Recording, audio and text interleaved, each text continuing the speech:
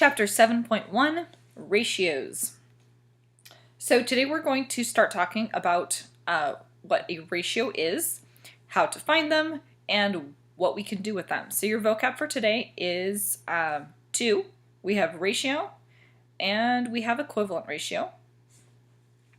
A ratio and a fraction are very similar. A ratio compares two things. Okay? Compares two things, two separate things, while a fraction compares a part to a whole in the numerator and denominator. However, they function in very similar ways. Okay? You also need to know an equivalent ratio, which is very similar to equivalent fractions. So in this chart, this shows three different ways to write a ratio. You can write it using words.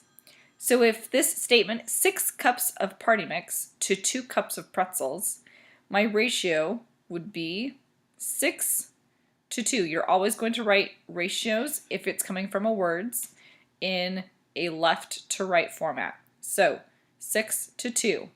I can write it using words, the word 2. I can write it using a colon. That is a colon there. It's a little hard to see, but it is a colon. Or I can write it as a fraction, 6 over 2. All three of these are common, but these are the three different ways to write a ratio.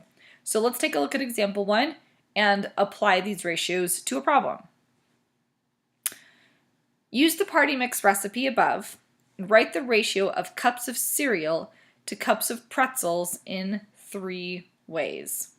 So I want cereal to pretzels, which means when I write my ratio, I'm going to write the cereal first and then the pretzels. So we have 4 cups of cereal here, and we have 2 cups of pretzels. So we're going to write cereal to pretzels. So 4 to 2, or 4 colon, there we go, 4 to 2, or the fraction 4 to 2. So these are the 3 different ways to write the ratio. Okay? All right, example number 2. Writing equivalent ratios. Write 2 different ratios equivalent to 4 to 6. When I'm working with equivalent ratios, I like to write mine as a fraction because then it works exactly the same way as simplifying fractions. I can divide by a common factor. So 2 to 3 is an equivalent ratio. I can also multiply it by a number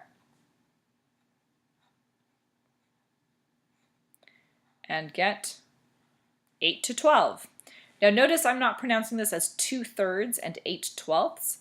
It's a ratio, not a fraction. So we pronounce it as 2 to 3 or 8 to 12. Okay, not 8/12, but 8 to 12 or 2 to 3. Okay, example 3. Write the ratio of bats to balls in simplest form. So I have 8 bats and I have 12 balls. Again, I want bats to balls, so I need to make sure that I write the bats first. So whatever order this is asked for is the order your numbers need to go in. So I have 8 to 12. Again, I like to write it as the fraction because I can simplify it. 8 to 12 in simplest form, divide by the greatest common factor, which is 4, equals 2 to 3. So the ratio of bats to balls in simplest form is 2 to 3. Okay, that's it for examples. Complete your QCs and your CYU, and I can answer questions the next time I see you.